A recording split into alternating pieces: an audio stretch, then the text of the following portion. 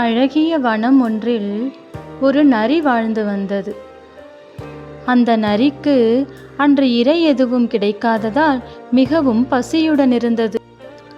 காட்டில் ஏதாவது மிருகம் இருந்தால் அதை அடித்து சாப்பிடலாம் என்று அனைத்து இடங்களிலும் தேடி பார்த்தது. எவ்வளவோ தேடியும் நரிக்கு வேட்டையாடி சாப்பிடுவதற்கு எந்த மிருகமும் கிடைக்கவில்லை. சோர்ந்து போன நரி சிறிது நேரத்திற்கு பிறகு ஒரு கழுதையை கண்டது. அதை வேட்டையாடி சாப்பிடலாம் என்று நினைத்த நரி அதன் மேல் பாய்வதற்கு தயாரான போது அந்த கழுதை நரியை பார்த்துவிட்டது. மிகவும் பயந்து போன கழுதை, இப்படியே நாம் ஓடிப்போனால் நரி ஒரே பாய்ச்சலில் நம்மை பிடித்துவிடும், நாம் வேறு ஏதாவது யோசிக்க வேண்டும் என்று சிந்தனையில் ஆழ்ந்தது. அப்பொழுதுதான் அதனுடைய பலமே அதன் பின்னங்கால்கள் தான் என்று அதற்கு ஞாபகம் வந்தது.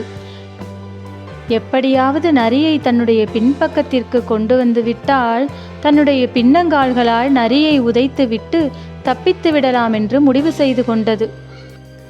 கழுதையை நெருங்கி வந்த நரியிடம், எனக்கு மிகவும் பயமாக உள்ளது, நீங்கள் எப்படி என்றாலும் என்னை அடித்து சாப்பிட்டு விடுவீர்கள், அதற்கு முன் எனக்கு ஒரு உதவி செய்ய முடியுமா என்று அதனிடம் கேட்டது. உடனே நரி, என்னால் உனக்கு என்ன உதவி செய்ய முடியும் என்றது. அதற்கு கழுதை, நேற்றுதான் நான் குரங்கு ஜோசியரிடம் சென்று நான் எவ்வளவு நாள் உயிர் வாழ்வேன் என்று கேட்டேன். அதற்கு அந்த குரங்கு ஜோசியர், உன்னுடைய ஆயுள் ரேகை உன் வாள் வரை நீண்டு இருக்கிறது, அதனால் நீ இன்னும் 50 வருடங்கள் உயிர் வாழ்வாய் என்று சொல்லியது. ஆனால் நான் இப்படி இன்று உங்களிடம் மாட்டிக்கொண்டேன், தயவு செய்து என்னுடைய வாள் வரைக்கும் என்னுடைய ஆயுள் ரேகை இருக்கா என்று பார்த்து சொல்லுங்கள் நரியாரே என்று கெஞ்சியது.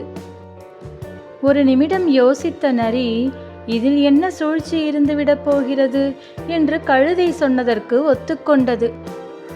கழுதையின் பின்பக்கத்திற்கு வந்த நரி கழுதையின் வாளில் எதுவும் ரேகை தெரிகிறதா என்று உன்னித்து பார்த்தது. இந்த நொடிக்காக காத்திருந்த கழுதை தன்னுடைய பின்னங்கால்களால் நரியின் முகத்தில் எட்டி உதைத்தது. சற்று தள்ளி சென்று விழுந்த நரிக்கு அதனுடைய முகத்தில் விழுந்த உதையால் அதற்கு தலை சுற்ற ஆரம்பித்தது. சிறிதும் தாமதிக்காத கழுதை மின்னல் வேகத்தில் அங்கிருந்து ஓடி சென்று மறைந்து உயிர் தப்பியது. ஆபத்து நம்மை நெருங்கும் போது பதட்டப்படாமல் நிதானமாக யோசித்தால் அதிலிருந்து தப்பிக்க வழி கிடைக்கும் என்பதே இக்கதை நமக்கு உணர்த்தும் பாடம்.